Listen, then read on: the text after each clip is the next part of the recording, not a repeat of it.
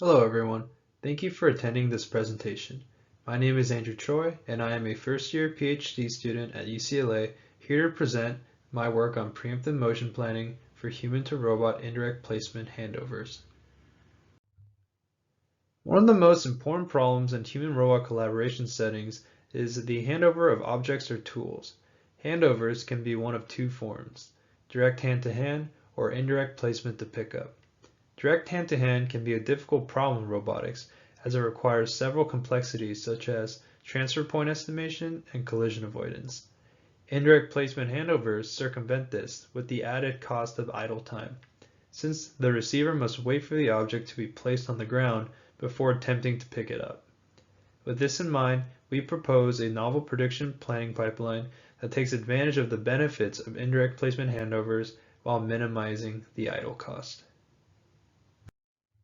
Moving briefly on to our methodology, on the right we can see a flow graph of our pipeline, while on the bottom we can see our prediction architecture. The top row of the flow graph has color-coded high-level components, while the bottom row contains more detailed subcomponents.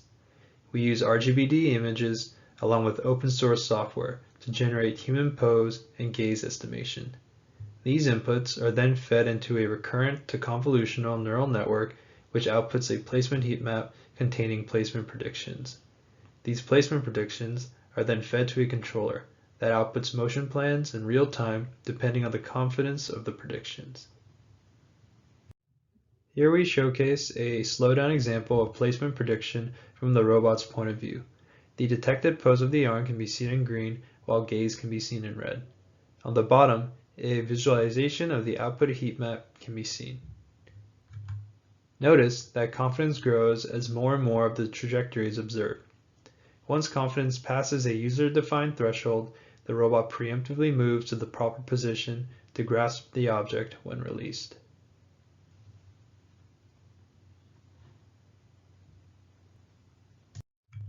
Next, we quickly showcase a sped-up example from the third-person perspective. Notice again that the robot attempts to move into position, ready to grab the object before the human participant is done letting go of it.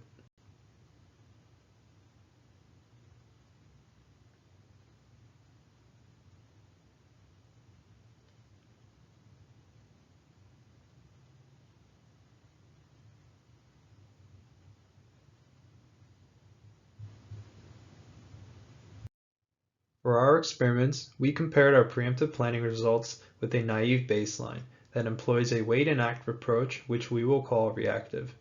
We showcase box plots for two different metrics here.